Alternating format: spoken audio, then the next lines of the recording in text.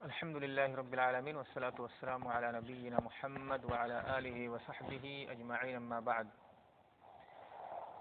يقول الإمام البخاري رحمه الله: باب الوقوف والبول عند سباطة قوم. قال: حدثنا سليمان بن حرب عن شعبة عن منصور عن أبي وائل عن حذيفة رضي الله عنه قال: لقد رأيت رسول الله صلى الله عليه وسلم أو قال لقد أتى النبي صلى الله عليه وسلم سباطة قوم فبال قائما.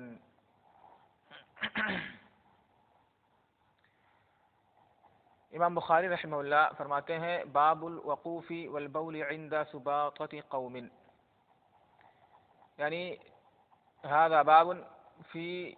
بیان جواز الوقوف والبول عند سباطة قوم.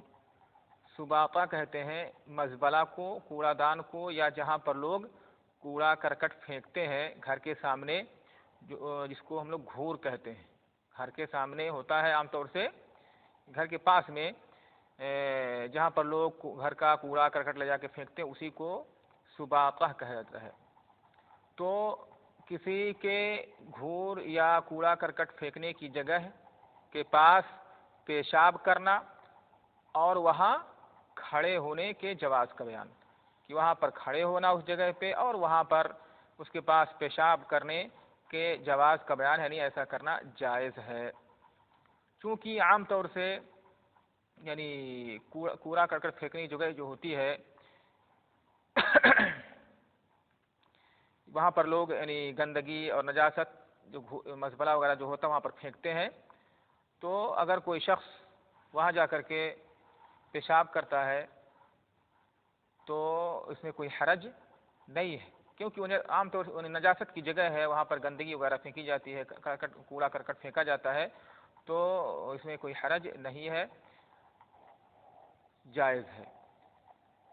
حدیث ہے، امام بخاری رحمہ اللہ فرماتے ہیں: حدثنا سلیمان بن حرب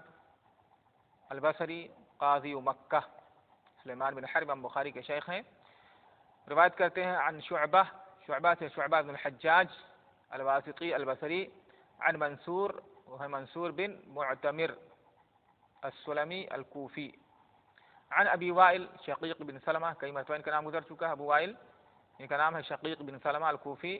روایت کرتے ہیں حذیفہ رضی اللہ تعالی عنہ سے، حذیفہ بن الیمان رضی اللہ تعالی عنہما انہ قال لقد رأیت رسول اللہ صلی اللہ علیہ وسلم، یعنی یا تو انہوں نے کہا لقد رأیت رسول اللہ صلی اللہ علیہ وسلم، یا فرمایا لقد أتى النبی صلی اللہ علیہ وسلم، کہ اللہ کے رسول صلی اللہ علیہ وسلم کو میں نے دیکھا، یا اللہ کے رسول صلی اللہ علیہ وسلم آئے کہاں؟ سباطة قوم، یعنی کچھ لوگوں کے گھور کے پاس، مزبلہ کے پاس، جہاں پر وہ لوگ گھر کا کوڑا کرکٹ اور گندگی وغیرہ پھینکتے ہیں. تو وہاں پر اللہ کے رسول صلی اللہ علیہ وسلم آئے، فبال قائما، تو آپ صلی اللہ علیہ وسلم نے کھڑے ہو کر کے وہاں پیشاب کیا. تو اس حدیث سے معلوم ہوا کہ یعنی کوڑا کرکٹ پھینکنے کی جو جگہ ہے، اور یہاں پر جو اضافت ہے سباطة قوم کی طرف، مزبلہ یا سباطہ کی جو اضافت ہے، یہ اضافت اختصاص ہے، نہ کہ اضافت ملک. یعنی جن کے گھر کے سامنے ہوتا ہے تو عام طور سے وہی لوگ پھینکتے ہیں، تو خاص طور سے یہ اختصاص، یعنی خاص طور سے وہی لوگ پھینکتے ہیں تو انہی کی طرف اس کی نسبت کی گئی ہے، نہ کہ کیونکہ وہ نجس چیزیں ہوتی ہیں، نجاست سے خالی نہیں ہوتی ہے وہ چیزیں، وہ ساری چیزیں نجس ہے. تو یہ یعنی اس سے مراد ملک نہیں ہے، ملکیت نہیں ہے کہ وہ نجس چیز ان کی ملکیت ہے،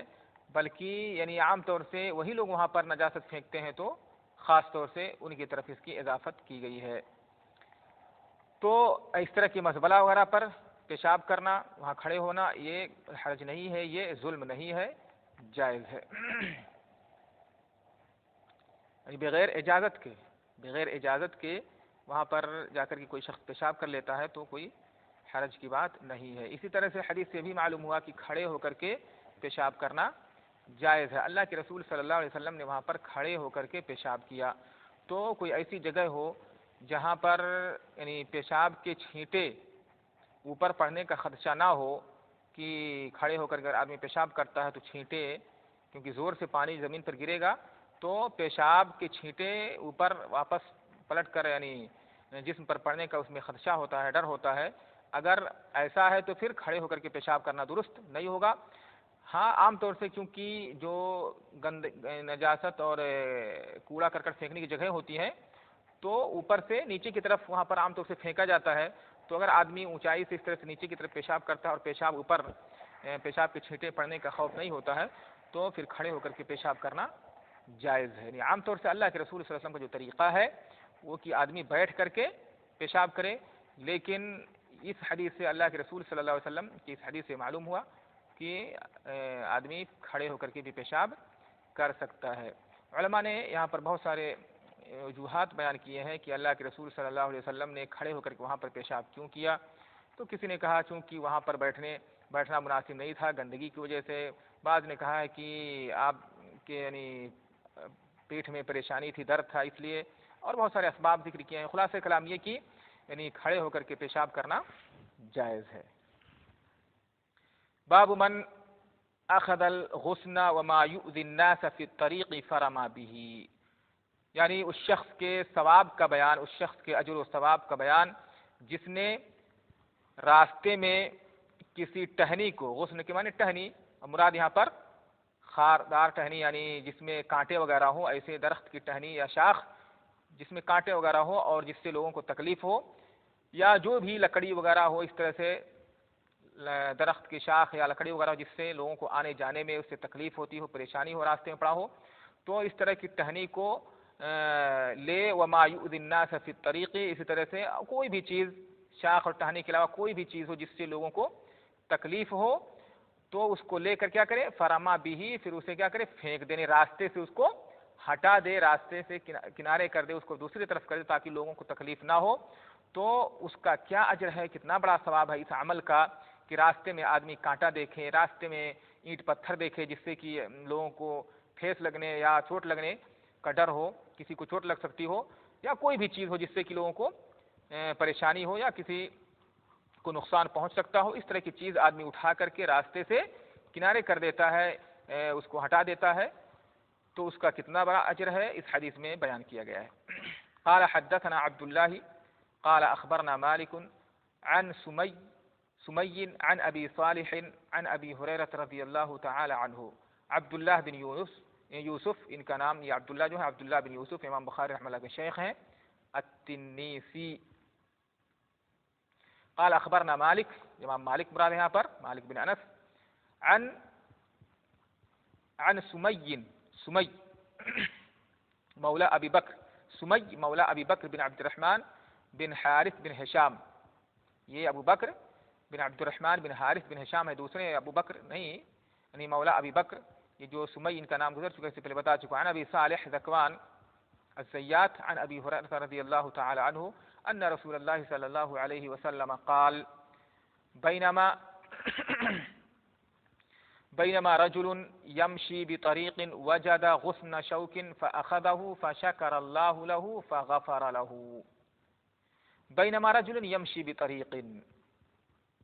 یعنی اسی دوران کی ایک شخص راستے میں یعنی کسی بھی راستے میں چل رہا تھا، وجد غصن شوك، اس کو کانٹے کی ایک شاخ، کانٹے دار درخت کی وجہ کی ایک شاخ ملی، ٹہنی ملی. فأخذه، اس نے اس کو لیا. فأخذه، اس نے اس کو لیا یعنی اٹھا لیا، مراد ہے فأخذه، اس کو اٹھا لیا یعنی اٹھا کر کے اس کو راستے سے دور کر دیا. مراد یہاں پر وجد غصن شوك فأخذه، راستے میں اس نے کانٹے دار درخت کی شاخ یا ٹہنی وغیرہ اس طرح سے کانٹا وغیرہ ملا تو اس نے اس کو اٹھا لیا یعنی اٹھا کر کے اس کو راستے سے دور کر دیا. فشکر اللہ له، اللہ رب العالمین نے اس کا شکر ادا کیا. شکر اللہ له، اللہ رب العالمین، اس کا یہ لفظ گزر چکا ہے، اس سے پہلے بتا چکا ہوں. شکر اللہ له کہا گیا یعنی اثنا علیہ یا قبل عملہ، اللہ رب العالمین نے، اللہ رب العالمین کا بندے کا شکریہ ادا کرنا. اس سے مراد یعنی اللہ رب العالمین نے اس بندے کے اس عمل کو قبول کیا اور اس کے اس عمل پر اسے اجر و ثواب عطا کیا. کیا کیا؟ فغفر له، اسی کا معنی فغفر له، یعنی اللہ رب العالمین نے اس بندے کے اس عمل کا بدلہ یہ دیا کہ اسے بخش دیا. تو کتنا بڑا ثواب ہے اس طرح سے راستے سے یعنی تکلیف دہ چیز کو ہٹانا. اس سے پہلے بھی حدیث گزر چکی ہے تمیط الاذى عن الطریق صدقہ, اس کو وہاں پر صدقہ کہا گیا ہے کہ راستے سے تکلیف دہ چیز کو ہٹا دینا یہ صدقہ ہے. اور یہاں پر یہ ہے اس کا اجر و ثواب یہ بیان کیا, وہاں پر صدقہ کہا گیا ہے, لیکن یہاں پر کتنی بڑی بات کہی کہ اللہ رب العالمین نے ایک بندہ اس چیز کو کہ اس سے یعنی لوگوں کو راحت پہنچانے کی, لوگوں کو اس سے کہیں تکلیف نہ ہو, مسلمانوں کو یا کسی بھی شخص کو اس سے تکلیف نہ پہنچ جائے, تو اس کے دل میں یعنی ایک جذبہ احساس پیدا ہوا کہ کہیں مسلمانوں کو یا کسی بھی شخص کو اس سے تکلیف نہ ہو, اور مسلمانوں کو فائدہ پہنچانے کے لیے, ان کو راحت پہنچانے کے لیے اس نیت اس جذبے سے اس نے اس اینٹ کو یا پتھر کو یا کانٹے دار ٹہنی کو یا کسی شاخ کو جس سے کہ لوگوں کو تکلیف اس کو ہٹا کر کے دور کر دیا تاکہ لوگوں کو راحت اور آرام پہنچے. اللہ رب العالمین نے اس کا اتنا بڑا اجر عطا کیا کہ اس کے اس عمل پر اللہ رب العالمین نے اس کو بخش دیا, یعنی اس کے تمام گناہ معاف کر کے اللہ رب العالمین نے اس کو جنت میں داخل کر دیا. تو یہ بہت بڑے اجر و ثواب کا کام ہے. اب اسی سے آپ اندازہ لگا سکتے ہیں کہ اگر کوئی شخص اس طرح سے راستے میں کوئی نجاست یا کانٹا وغیرہ پھینک کر کے, کوڑا کرکٹ پھینک کر کے لوگوں کو تکلیف پہنچاتا ہے تو پھر اس کا انجام کیا ہوگا, کتنا بڑا یہ ظلم ہے کہ اگر کوئی شخص راستے میں کیچڑ وغیرہ کرتا ہے, پانی پھینکتا ہے یا اس طرح سے جس سے لوگوں کو آنے جانے میں تکلیف ہوتی ہے, یا کانٹا وغیرہ یا اس طرح میں راستے میں کوئی چیز لا کر کے گاڑی وغیرہ کھڑی کر دیتا ہے, لوگ آتے ہیں اور پریشان ہوتے ہیں, تو یہ کیا ہے, ظلم ہے اور یہ بہت بڑے گناہ کا سبب ہے.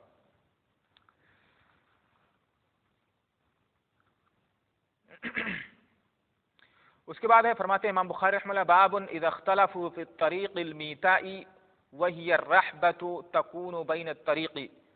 ثم يريد أهلها البنيان فترك منها الطريق 7 أذرع. باب ہے اس بات کے بیان میں اذا اختلفوا في الطريق الميتاء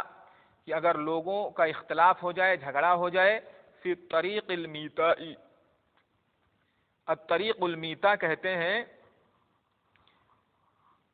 عام راستہ, عام گزرگاہ, الطریق المیتا ایسا راستہ جو عام ہو لوگوں کے لیے آنے جانے کا راستہ اور سب کے, اس کو طریق المیتا کہا جاتا ہے. یہاں پر بیان کیا گیا وہی الرحبۃ تکون بین الطریق, اور رحبہ یعنی وہ کشادہ جگہ اور راستہ ہے, یعنی جو راستے میں ہوتا ہے اس کو کہا جاتا ہے الطریق المیتا. ثم یرید اہلها البنیان, پھر وہاں پر جو جگہ ہے جہاں سے لوگ گزرتے ہیں اگر اس کے جو مالک یعنی جن کا گھر وہاں پر ہے, اگر وہاں پر راستہ گھر بنانا چاہیں, کوئی عمارت بنانا چاہیں, گھر وغیرہ بنانا چاہیں, فَتُرِكَ مِنْهَا الطَّرِيقُ 7 أذرع, تو اس میں سے راستہ چھوڑا جائے گا کتنا, 7 ہاتھ. اذرع یہ ذراعن کی جمع ہے, اور ذراع ایک ہاتھ یعنی 2 بالشت کو ایک ذراع کہا جاتا ہے, کہ ہونی سے لے کر کے یہاں انگلی کیا ہے یعنی درمیان والی جو انگلی ہے اس کے آخری سرے تک کو ایک ذراع کہا جاتا ہے. تو 7 ہاتھ جس کو ہم کہہ سکتے ہیں, 7 ہاتھ اس میں سے راستہ چھوڑا جائے. کب, جب یہ اختلاف ہو جائے, اور اگر اس سے زیادہ لوگ راستہ چھوڑتے ہیں تو کوئی حرج کی بات نہیں ہے, لیکن اگر اختلاف کے وقت اختلاف ہو جائے اور لوگ وہاں پر گھر بنانا چاہیں اور راستہ تنگ ہو جائے, زیادہ زمین کرے, تو وہاں پر لوگوں کے لیے اس عام راستے کے لیے کتنا راستہ چھوڑا جائے گا, کتنی جگہ ہے, 7 ہاتھ, تاکہ آنے جانے میں لوگوں کو کیا ہے اس پر, جیسے عام طور سے اللہ کے رسول کے زمانے میں خاص طور سے کہ اس زمانے میں جب اس طرح کی گاڑیاں وغیرہ نہیں تھیں, تو وہاں پر تاکہ سواری پر سوار ہو کر کوئی ادھر سے جا رہا ہو ادھر سے آ رہا ہو تو پھر آنے جانے میں کوئی پریشانی نہ ہو, سامان وغیرہ لاد کر کے آدمی آ رہا ہو جا رہا ہو تو آنے جانے میں ان کو پریشانی نہ ہو, 7 ہاتھ زمین راستے کے لیے چھوڑی جائے گی. تو الطریق المیتا یعنی عام راستہ جو تمام لوگوں کے لیے جو راستہ ہوتا ہے. اور رحبہ کے معنی ہوتا ہے الواسعہ, الرحبۃ تکون بین الطریق. حدیث امام بخاری رحمہ اللہ کے تحت جو حدیث لائے ہیں, کہتے ہیں حدثنا موسى بن اسماعیل قال حدثنا جرير بن حازم عن الزبير بن خريت. جرير بن حازم روایت کرتے ہیں کس سے, عن الزبير بن خريت, زبیر بن خريت. خا کے کسرہ کے ساتھ قرآن ہے، خا کے کسرہ کے ساتھ اور را مشدد ہے، خریت البصری عن عكرمة مولى ابن عباس أنه قال سمعت أبا هريرة رضي الله عنه قال قضى النبي صلى الله عليه وسلم إذا تشاجروا قضى النبي صلى الله عليه وسلم إذا تشاجروا في الطريق بسبعة أضرع، یعنی قضا بسبعة أضرع جو ہے یہ متعلق ہے قضا سے، قضى النبي صلی اللہ علیہ وسلم بسبعة أضرع إذا تشاجروا في الطريق، راستے میں اگر لوگوں کا جھگڑا ہو جائے راستے کے بارے میں تو اللہ کے رسول صلی اللہ علیہ وسلم نے فیصلہ کیا ہے کہ راستہ لوگوں کے لیے 7 ہاتھ چھوڑ دیا جائے، 7 ہاتھ راستہ لوگوں کے لیے چھوڑا جائے، یعنی جب یہ اختلاف ہو جائے اس طرح سے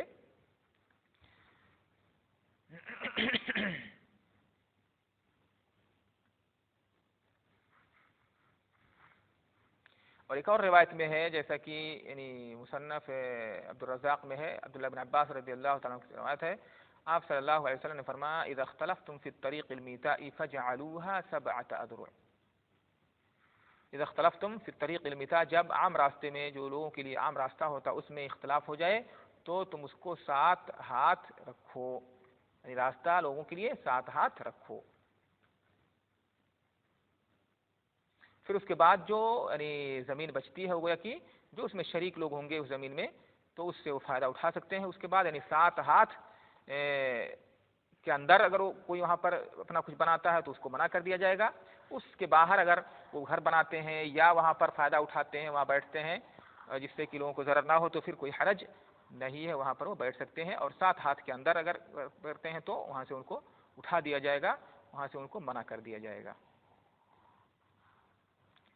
آج کا درس یہیں پر ختم کرتے ہیں، انشاءاللہ باقی حدیث جو ہے وہ آپ اگلے درس میں پڑھیں گے۔ السلام علیکم ورحمۃ اللہ وبرکاتہ۔